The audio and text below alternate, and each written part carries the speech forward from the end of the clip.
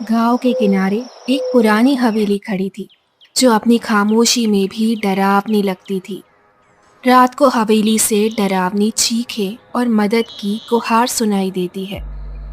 पूरे गांव में इस हवेली के बारे में रहस्यमय कहानियां सुनाई जाती थी।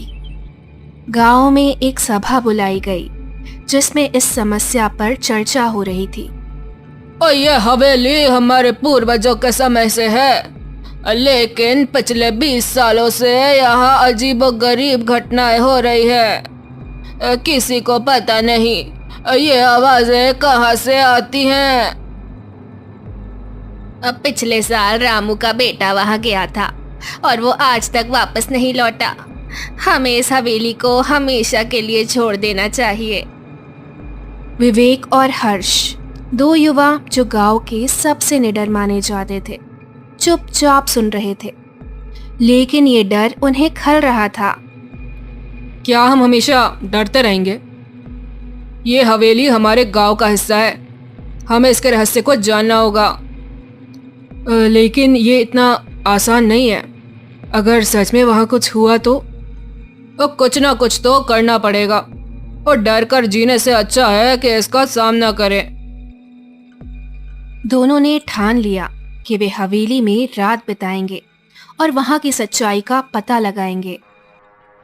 अगली रात चांदनी के बीच दोनों हवेली की ओर बढ़े। उनके हाथ में एक टॉर्च, एक पवित्र ग्रंथ और कुछ खाने पीने का सामान था। विवेक, यहाँ आते ही तो मेरी तो हालत खराब हो रही है।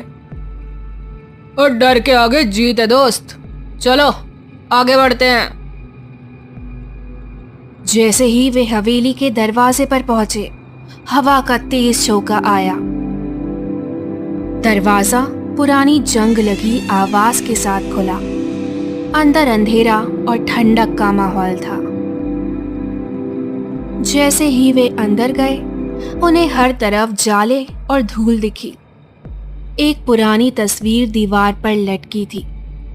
उसमें एक परिवार के सदस्य थे, लेकिन उनकी आंखें अजीब तरह से चमक रही थी। यहाँ कुछ तो गड़बड़ है। ये तस्वीर देख रहे हो? चुप रहो और डर फैलाओ मत। पहले यहाँ की चीजों को अच्छे से देखो। वे धीरे धीरे हवेली के पहले कमरे में पहुंचे। वहां कुछ बर्तन और टूटे फर्नीचर पड़े थे। जैसे ही विवेक ने एक बर्तन को छुआ, उसे एक लड़की की परछाई झिलमिलाती दिखाई दी। विवेक, ये क्या है? तुम कौन हो? यहाँ क्यों आए हो? दोनों पीछे हट गए। वो परछाई अब स्पष्ट रूप से एक लड़की की शक्ल ले चुकी थी। उसकी आंखों में गुस्सा और दर्द दोनों थे। तुम कौन हो और यहाँ क्या कर रही हो? मेरा नाम मनीषा है। मैं यहाँ भटक रही हूँ। मुझे इस हवेली में बंद कर दिया गया था। क्यों? तुम्हारे साथ ऐसा किसने किया? जब मैं 12 साल की थी, मेरी शादी जबरदस्ती कर दी गई। अगले ही दिन मेरे पति का एक्सीडेंट हो गया और मेरे सास ससुर ने मुझे उसका जिम्मेदार ठहराया। उन्होंने मुझे इस हवेली में बंद कर दिया, बिना खाना बिना पानी के। मैं तड़प तड़प के मर गई। विवेक और हर्ष के रोंगटे खड़े हो गए। तुम्हारे साथ बहुत अन्याय हुआ।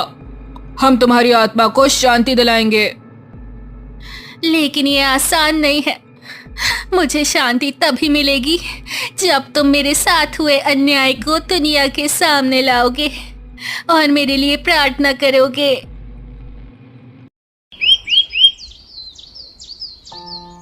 अगले दिन विवेक और हर्ष ने गांव वालों को पूरी कहानी बताई।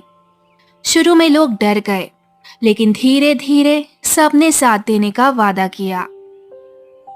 और ये हवेली हमारे गांव की शर्मनाक कहानी है, हमें इसे सुधारना होगा। पूजा के दिन पूरे गांव ने हवेली में दीप जलाए। विवेक और हर्ष ने पवित्र ग्रंथ का पाठ किया। अचानक मनीषा की आत्मा प्रकट हुई। तुम सबका धन्यवाद, अब मैं शांति से जा सकती हूँ। जैसे ही उसने ये कहा, हवेली में रोशनी फैल गई और एक सुखद शांति का एहसास हुआ। ये कहानी हमें सिखाती है कि किसी के साथ अन्याय करने से पहले सोचे, बच्चियों को देवी का रूप माने और उनके साथ प्यार और सम्मान से पेश आए। जो हुआ वो गलत था। आइए ऐसी घटनाओं को हमेशा के लिए खत्म करें।